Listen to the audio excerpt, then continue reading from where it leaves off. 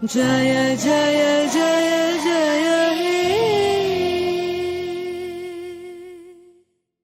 1858 সালের 7ই নভেম্বর অধুনা বাংলাদেশের সিলেট জেলার হবিগঞ্জ মহকুমার এক গ্রামে উজ্জ্বল নক্ষত্রের জন্ম হলো। নাম রাখা হলো বিপিন চন্দ্র পাল। ছোটবেলা থেকে তার মধ্যে এক অদম্য তেজ আর গভীর চিন্তা শক্তির পরিচয় পাওয়া যেত। পিতার কাছ থেকে তিনি সনাতন ধর্ম আর ভারতীয় সংস্কৃতির প্রাথমিক শিক্ষা লাভ করেন। বিপিন চন্দ্র পাল কলকাতায় প্রেসিডেন্সি কলেজে পড়াশোনা করেন। সেখানে তিনি ব্রাহ্ম সমাজের দ্বারা প্রভাবিত হন এবং কেশবচন্দ্র সেনের অনুগামী হন। কিন্তু তার স্বাধীন চিন্তাধারা তাকে কোনো নির্দিষ্ট গণ্ডিতে আবদ্ধ থাকতে দেয়নি। তিনি ক্রমশ নিজের পথ ধরে শুরু করেন এক অনন্য জার্নি। 1880 সালে তিনি শিক্ষকতার পেশায় যোগ দেন, বিভিন্ন স্থানে অধ্যাপনা করেন।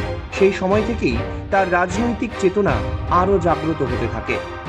1886 সালে বিপিন চন্দ্র পাল কংগ্রেসে যোগদান করেন এবং খুব তাড়াতাড়ি তার বাগ্মিতা এবং তেজস্বী বক্তব্যের মাধ্যমে সকলের দৃষ্টি আকর্ষণ করেন। তিনি বিশ্বাস করতেন শুধুমাত্র আবেদন নিবেদনের মাধ্যমে স্বাধীনতা অর্জন সম্ভব নয়, প্রয়োজনে বলিষ্ঠ পদক্ষেপ আর জনজাগরণ প্রয়োজন।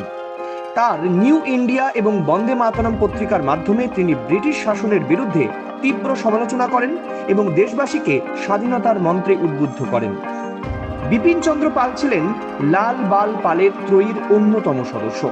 লালা রাজপথ রায়, বাল গঙ্গাধর তিলক এবং বিপিন চন্দ্র পাল, এই তিন নেতা মিলে ভারতের স্বাধীনতা সংগ্রামের গতি আরও ত্বরান্বিত করেন। তারা বিশ্বাস করতেন স্বরাজ আমাদের জন্মগত অধিকার এবং তার জন্য প্রয়োজন আত্মত্যাগ আর সংগ্রাম। 1905 বঙ্গভঙ্গ আন্দোলনের সময় বিপিন চন্দ্র পাল তার তেজস্বী বক্তব্যের মাধ্যমে বাংলার মানুষকে ঐক্যবদ্ধ করেন। তিনি স্বদেশী আন্দোলনের অন্যতম প্রধান প্রবক্তা ছিলেন।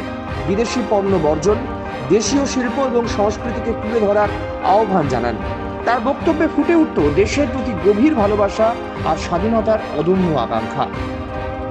বিপিন চন্দ্র পাল ছিলেন একজন অসাধারণ বক্তা। তার প্রতিটি শব্দে ছিল বিপ্লবের আগুন। তিনি বিশ্বাস করতেন শিক্ষা এবং সংস্কৃতির মাধ্যমে দেশের মানুষকে জাগাতে হবে। তিনি চেয়েছিলেন দেশের প্রতিটি মানুষ যেন আত্মমর্যাদা আর আত্মবিশ্বাসের সঙ্গে মাথা উঁচু করে বাঁচতে পারে। তার স্বরাজ ধারণা শুধুমাত্র রাজনৈতিক স্বাধীনতা নয়, বরং সামাজিক, অর্থনৈতিক, সাংস্কৃতিক স্বাধীনতারও ইঙ্গিত দিয়েছিল।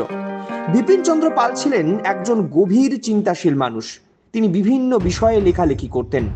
তার দ্য সোল অফ ইন্ডিয়া এবং ইন্ডিয়ান ন্যাশনালিজম এই গ্রন্থগুলি গভীর চিন্তার পরিচয় বহন করেছে।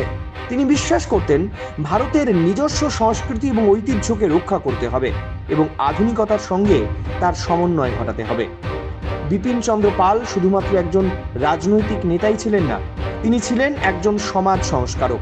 তিনি জাতিভেদ প্রথা এবং অস্পৃশ্যতার বিরুদ্ধে সোচ্চার হয়েছিলেন। বিশ্বাস করতেন সমাজের প্রতিটি মানুষকে সমান মর্যাদা দিতে হবে। তার বক্তব্য ছিল সামাজিক ন্যায় বিচার ছাড়া প্রকৃত স্বাধীনতা অর্জন সম্ভব নয়। বিপিন চন্দ্র পাল তার জীবনের শেষ দিন পর্যন্ত দেশের জন্য কাজ করে গেছেন। 1932 সালে 20 মে এই মহান স্বাধীনতা সংগ্রামী শেষ নিঃশ্বাস ত্যাগ করেন। তার মৃত্যুতে দেশ এক মহান নেতাকে হারিয়েছে, কিন্তু তার আদর্শ এবং সংগ্রাম আজও আমাদের অনুপ্রেরণা যোগায়। বিপিন চন্দ্র পাল ছিলেন সেই অগ্নিপুরুষ যিনি তেজস্বী বক্তব্য আর বলিষ্ঠ পদক্ষেপের মাধ্যমে ভারতের স্বাধীনতার পথ ত্বরান্বিত করেছিলেন। তার জীবন আমাদের শিক্ষা দেয় কিভাবে নিজের আদর্শের প্রতি অবিচল থেকে দেশের জন্য নিজের জীবনকে উৎসর্গ করা যায়। তার স্মৃতি আজও অমর হয়ে আছে আমাদের কাছে।